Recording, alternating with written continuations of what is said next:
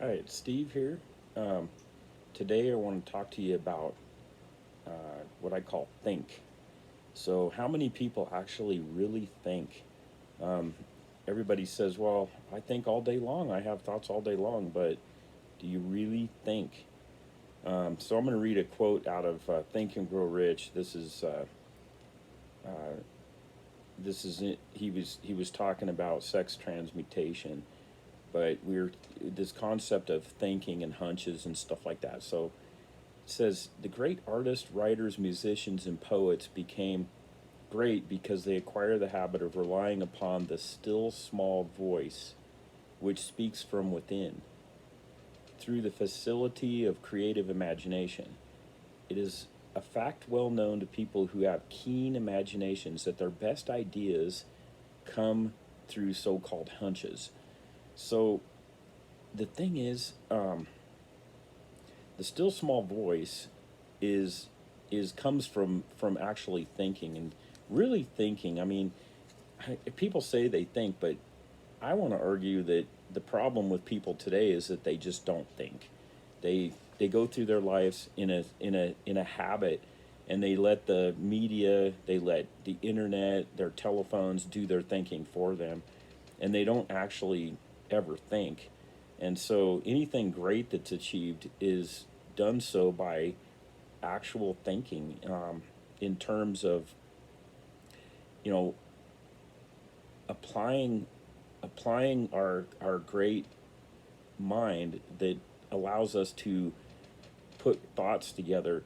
But this still small voice idea, um, it comes from a you know it comes from a place where it's almost like you have to become quiet, and you have to like get yourself to a place where you're just relaxed and you just become silent and listen, and all those other voices that are going on. So being in a being in a place where there's all kinds of noises, and there's TV going and radio and music and stuff like that, and just constant activity. And it could be even like, you have a lot of kids around and they're playing, and there's all kinds of noises and stuff. A great place to go is maybe uh, up on a mountain where there isn't anyone, and just sit and think, and let those thoughts and the still small voice. You know, I've had this happen when I was faced with a great decision to make, or lots of pressures. And if I can just stop for a minute and really listen, the still small voice is a little hard to define because I don't know where it comes from, but it makes it gives you a presence. There is a presence there, and if you listen to it, it'll guide you, and it'll come up with so-called hunches. Hunches is kind of like, um, I've got this idea. I got this idea that came to me after slowing down, stopping, and really listening, and not let my mind run in 100 different directions. And um, I think that's where greatness comes from. And using your imagination, let your imagination go. And if you're working on some kind of a problem, a good place to be is in a real small. A lot of times people say that their answers to their questions are, if they're faced with a problem and they can't seem to solve it, whether it be in a relationship or a business problem, it comes the answer comes after they've slept on it, and became quiet and relaxed, and the mind goes to work, and it'll give you those. I get a lot of my answers first thing when I wake up in the morning, and if I'm burdened with some issue or problem, I'll sleep on it and wake up, and I just have the answer. So on this topic of thinking, people just I just believe that people don't think today. I was listening to something, and a doctor was asked, what do you think is wrong with people today? What's the issue? What's the main issue with people today? And he thought for a minute, and he said, well, people just don't think. And in that not thinking, we think, but do we really think? I mean, is it a really? thoughtful thoughts, or are we just our thinking is just manufactured by all the influences that are around us, the people that we hang around, our family members. Um, I think with television today and TV and the media, and even you watching this video, is an example of letting someone else maybe do your thinking for you, and then we are influenced by all that. And are we really the one thinking, or is the thinking done for us? Well, sometimes I always think of it like, there's some of us, especially in the advertising field, we're like puppet masters. We have these, we're up here with the strings, and everyone else is puppets, and we're just doing this, and people, we're saying, buy this product, and we're doing this, buy this product by putting our ads out there, and people are just simply not thinking, and they just do it. Like I was talking about the toothpaste example. Buy this kind of toothpaste, whatever it is, and your life is going to be, you're going to be a happy person with this beautiful smile. And we know that's not true, but they keep saying that. We keep saying that over and over again, doing that thinking for us, and we are influenced by it. We end up buying that brand of toothpaste because it's we're not actually doing the thinking. We're letting advertising do our thinking for us, and not thinking for ourselves. And so I think I do believe that probably are one of the biggest problems we have today in this world, is that no one is actually doing real creative thinking. They think they are, but they really aren't. They're influenced. We're just, a lot of times we're just the products of our environment. We're thinking just like our parents thought. I heard a story one time about this lady, and they were making a ham for Thanksgiving, and her husband was in the kitchen with her, and they were watching. He was watching her make this ham, and she takes the ham and she cuts both ends off, and then she puts the ham in the pan and puts it in the oven. And he asked her, he said, "Why do you cut both ends off the ham?" And she said, my mom did it, and she always did it, and so I just do it because my mom did it. And he got a little curious, and so he said, "Can we call your mom about it?" And so she said, "Yeah." So she called her mom, and her mom said, asked about this. The husband was really curious, and she asked about the ham, and she said that, well, I've always cut the ham off because my mom cut the ham and off. And her mom was actually in the old folks' home. And he was really curious. Then he's like, "I wonder why she did it." So he got a hold of her in the old folks' home, and asked her, and she said, your daughter and your granddaughter both cut the ends. The husband was the one really wanting to know this.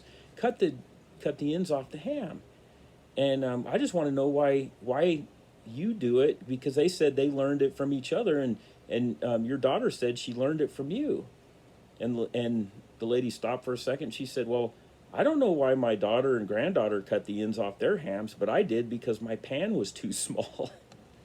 So, that's an example of not doing, we're influenced by our environments, and we're not actually thinking.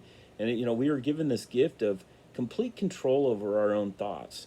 And if we don't use those thoughts, we'll end up cutting the ham to both ends off the ham, and we don't even, most of the time we don't even question that. We just do it, and we're not actually thinking. We're kind of on autopilot. And I think this idea of thinking, it does take some work and some effort, and you're going to have to put some work into it. And it's almost like thinking about thinking. It's a little bit of a oxymoron, I guess. You're not, how do you think about thinking? I mean, but you have to think about your own thoughts. What are your thoughts doing? I mean, are you, a good exercise is just to look at what you have in your life, and then go backwards and say, what thoughts did I have that maybe created what I have in my life? So for example, if you're super poor, you have no money, are you constantly um, focused on no money? You know, is that why? Or if you're some people are super overweight. If you're overweight, are you all the time, are you despising being overweight, and you talk to yourself and you say, I hate being overweight, I hate being overweight. Well, that's going to create more being overweight. I think don't be on autopilot. you know Let someone else do your thinking for you. Society says, oh yeah, you're you're not in control of your life because you're overweight, you're not in control of your eating. And uh and and that's a thought. Those are thoughts that come to you, and they will yeah, they'll those thoughts will create your reality. So I think that if you stop and do an inventory and look at what you have in your life, and then go backwards on it and say, what are my thoughts, what am I always thinking about? So think about what you're thinking about, and then realize that you can change that. So if you don't want, if let's say you're 50 pounds overweight, if you constantly think about, I'm 50 pounds overweight, it's just gonna you're gonna stay there. What you have to do is keep your mind on what you want. Well, I want to be 140 pounds or 150 pounds. Let's say you're 200 pounds and you want to be 150 pounds. Never think about the fact that you're 200 pounds. Just keep your mind on what you want. I want to be 150 pounds, and focus on that. Use your thinking in that way. But it seems like the the automatic thought process happens.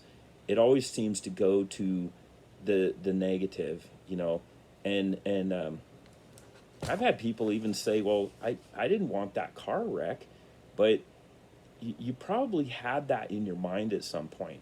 And sometimes those thoughts come, and you have to just almost replace it's hard. You can't just throw them out of your mind. You have to replace them with another thought. It's kind of like a habit. I used to smoke cigarettes, and I smoked them for a few years, and I was smoking about a pack, about 20 a day, and it was became a habit, and I wanted to stop, and so I had to actually find something else. When I finally did quit, I didn't use the gum, or I didn't replace it with vaping or some other form of addiction.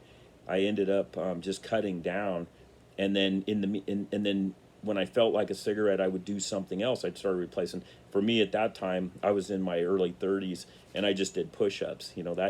That was my physical way of getting over the physical part of that addiction. And then the other part was and I still have them today. I I use toothpicks, and I just put a toothpick in my mouth, and that would take care of the hand to mouth part. And so, but getting stopping smoking was I had to just change those habits, and it's the same way with our thinking. It's just change those habits, and take those thought habits that you have, realize that you have them, and then if you're constantly saying, I'm not good enough, or I cannot learn, or when you say those things, you've got to replace that, and that's where affirmations come in, and use those thoughts. And if you feel weak, say, I am strong. Even though you feel weak, there's a faith element here. You have to say it in faith, that I am strong. And even though you feel completely weak, or I am alert, and I am full of energy, even though you feel tired and you're run down. Those are the thoughts, and that's those thoughts you have control over. And that's the wonderful thing about the human imagination and the mind, and the gift that we're all given, is that we are in control of that. And when you use it, it can bring, you can have whatever you want in your life, if you know what you want and you direct your thoughts toward what you want. So if I want to be healthy, for me, I want to be able to do 1,000 push-ups every day, 7 days a week. And and that allows me to do all kinds of other things that a lot of people at my age cannot do. So those are the thoughts that go into my mind. I don't focus on the fact that I'm older and that I cannot do things. I focus on what I can do and what my goals and stuff are, and those thoughts then follow. And it's the same, if you take this, if you really stop and think about it, your thoughts will create your future and your life. Your thoughts, a person's what a person thinks about all day long is who he is, what he becomes. You know, uh, I just believe that if you get a hold of this thought idea and think and actually really think about it, you will realize that and sometimes it just does take, if you want, take some time and just listen to that still small voice and think about this idea of thinking. And um, and when you control your own thoughts, don't let yourself constantly talk about what's wrong in your life. My relationships are bad, my knee hurts, my back hurts, my shoulders hurt. And when you constantly talk about that and then you think about that stuff all the time, you're just going to attract more of it. The mind, the interesting thing, the mind is a self-seeking missile. And when you program that with your thoughts and especially with your words, and you do it with emotion, it'll seek whatever those thoughts are. So if you're talking about how bad your health is, your probably health is going to get worse. So the idea here is to talk about what you want. Keep your mind on what you want and off the things that you don't want. So keep your thoughts on the thoughts that you want to have happen in your life, and off of the things that you don't want to happen. So um, so that's the key, and hopefully this will be an encouragement to you today. And glad to come to you, and have a good day.